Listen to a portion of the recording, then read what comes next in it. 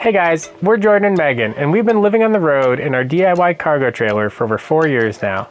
In this video, we'll break down the cost of our trailer conversion. This video feels a little awkward to make because we built back in 2020. Prices are likely to be different now than they were then. We do know you have to account for the tow vehicle cost, but for the sake of this video, we're just going to focus on the conversion cost. In the description below, you'll find a copy of our spreadsheet that we made while building. If you're interested in checking that out, it has links to all of the products that we purchased and where we got them from.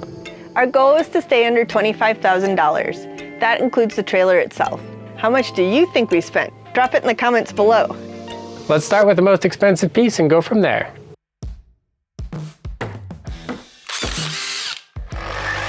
By far, the most expensive part of our conversion is the trailer itself. We had Discovery Trailer custom build this 8.5 by 18 foot cargo trailer. We chose aluminum because it's lighter weight, won't rust, and it should hold its value. One of our most important upgrades was these 5,200 pound Dexter spring axles for $590. We knew we wanted to make our build sturdy, and the lower capacity axles just wouldn't be strong enough. Our custom order also included a pair of these rear post stabilizers for $110, an extended 12-inch tongue for $220, and a piano hinge on our curbside door for $75. You may have noticed that we added 24 inches to the ceiling of our trailer. This is to account for the floor raise and the elevator bed we had planned for. This upgrade costed us $940. Since we do need to be able to tow our little home, we are including the anti-sway weight distribution hitch system in this list of upgrades as well. All in all, the trailer, the upgrades, and the hitch system all together costed us $9,895.35. That right there is almost half our budget. Eek! The second biggest expense is our electrical system, most of which is in here. Being self-sufficient is important to us, and we wanted to be able to take our little home into the backcountry in all 4 seasons, so being able to produce as much electricity as possible was definitely high on our list. We saved a ton of money buying used solar panels and building our own batteries. Our 16 battery cells costed us a total of $1,656.60. The solar panels were $839.29. For your comparison, if we had purchased pre-built batteries, it would have cost us between $9,000 and $12,000. Let's break down the rest of the cost of the electrical system. Our 4,000 watt inverter costed us $1,141, and our Electrodocus BMS costed us $348.30. Add in our wiring, our lighting, our outlets and switches, and all the other little components that make the system work. That brings us to a total of $5,250.54. For more details on the components we used in this system, you can check out our battery video. Overall, we've been very happy with our system. The few times we've had to stay at a campground is usually because of the lack of sun up north come fall and winter. Maybe we're being a little stubborn, but we also really did not want to fight with the generator all the time. Appliances can add up fast depending what you want in your home. This category includes things like our fridge, our freezer, our oven and our stovetop, our ceiling fan, our tiny wood stove, and our washing machine. Yes, I said washing machine. We knew we would get frustrated with the chest-style refrigerators often seen in vans and RVs. So we just ended up picking up a Energy Star compact refrigerator from Home Depot, and it's worked really well for us. We chose one without a freezer so we could buy a chest freezer instead. We spent $300 on the deluxe version of the Max Air Fan. It's supposedly the best one on the market. One day we're just hanging out in the living space and the thing starts freaking out. It turns on and off all by itself. We thought maybe we had a ghost. Turns out the circuit board doesn't handle condensation well. I think it's been out of commission more than it has been in for us. But when it worked great. We loved having it. We knew we wanted a tiny wood stove in our little home before we ever even ordered our trailer. The dwarf stove plus flue cost us $1,287 and is definitely money well spent. We love our tiny wood stove. We had some friends tell us about their Ninja 8-in-1 countertop oven. It's a really cool little oven. It's even got an air fryer in it. But what caught our attention is the fact that it flips up and away and gives you your counter space back. This was a much better solution for us than buying a more expensive stovetop oven combo that would have taken up much of our kitchen storage space anyway. On the other hand, we really haven't used our washing machine that much. We find using it is way easier with hookups, and since we never stay anywhere with hookups, we just find it so much easier just to go to a laundromat. The total for our appliances came out to be $2,689.22. I gotta tell you, it's been great having so much freezer space so we could have a lot of dog food and plenty of ice cream. The next most expensive part of our build was our plumbing. This is probably the most complicated system because we were gonna do a recirculating shower, and that required its own separate components and separate system. The largest expenses for our plumbing were our water tanks, pumps, all the components to make our water heater, and our filters. The smaller plumbing expenses include everything for the shower for roughly $300, our waste valves for $77.67, and all the pieces to build our DIY composting toilet. Add in another $60 for the kitchen faucet. Oh, and Jordan did get us a free sink. I used to work in construction, and it was brand new and they didn't need it, and they were just gonna throw it away. I guess it was worth storing in our garage for 2 years previous to our build. Definitely. Let's go back to that composting toilet we mentioned earlier. Composting toilets on the market can run you easily $1,000. We built our own for under $100. This was a great way to save a big chunk of change.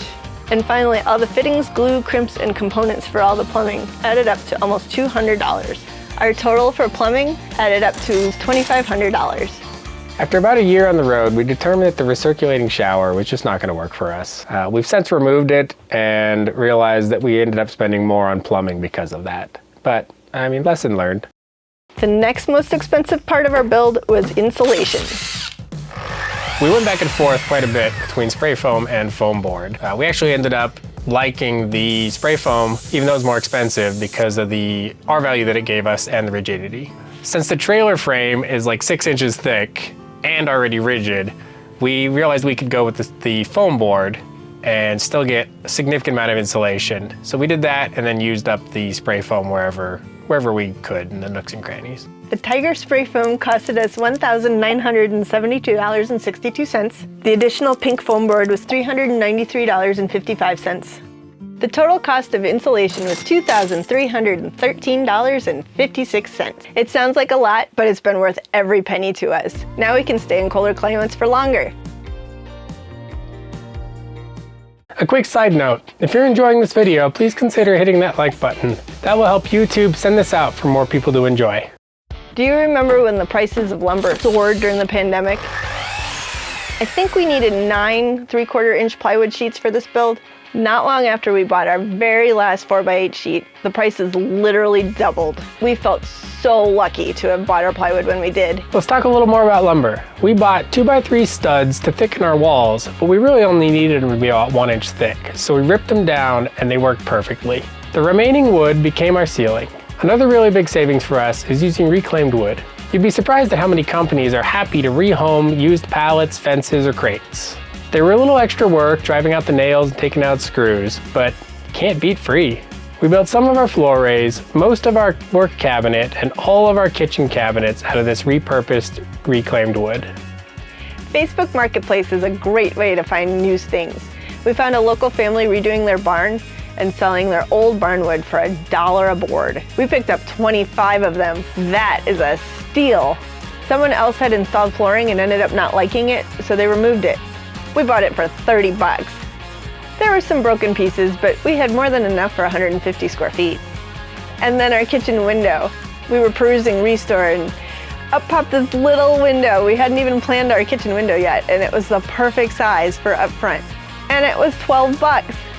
All that being said, if you take the time, you can find all kinds of great deals online and at places like Restore. Making our own elevator bed also saved us money. If you want to learn more about how our bed works, check out this video. Materials like wood, painting supplies, adhesives, fabrics, and flooring all added together costed $2,373.77. I assume we saved some money by sewing our own couch cushions too. I don't really know the comparison on that, but it sure was nice to be able to custom make exactly what we needed. It is amazing how all the little things add up. You would not believe how many nuts, bolts, washers, brad nails, and screws we used on this build. This category also includes things like hinges and knobs for our cabinets, drawer slides and handles and latches for our drawers. Like we said earlier, most of the things we purchased are in the spreadsheet in the description box. So if you're curious what items we bought, just go check that out. Overall, we spent $727 even. Hardware was actually really hard to track, so I can guarantee you I missed a few of these little things. If you want to see some of the adventures we've taken our trailer on, please consider subscribing to our channel. Also, feel free to ask any questions you have in the comment section below.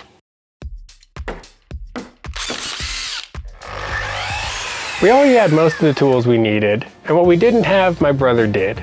I highly recommend, if you can, borrowing tools from friends or family if they have them. You also can rent tools from places like Home Depot or maker spaces, but we didn't do that, so I can't really speak on it.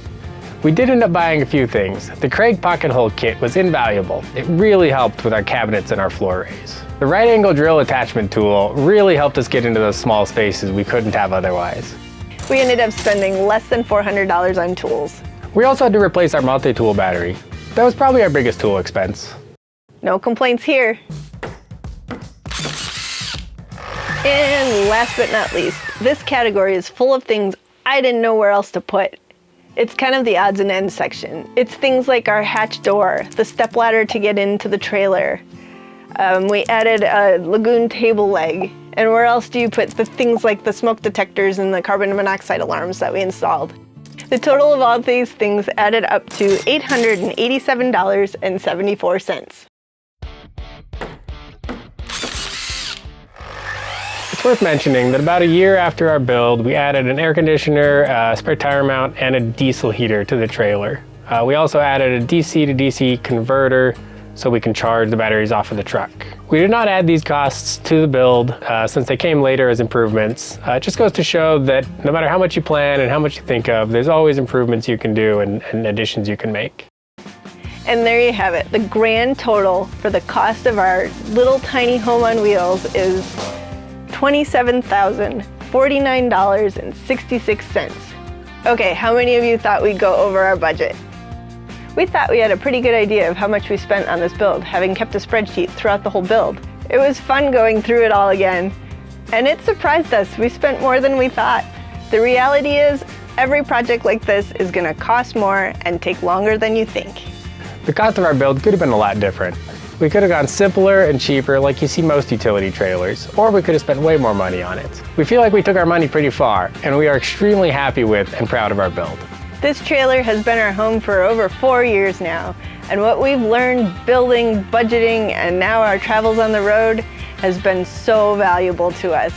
No matter what the cost, it's been worth it. We really appreciate you watching, and we'll see you next week.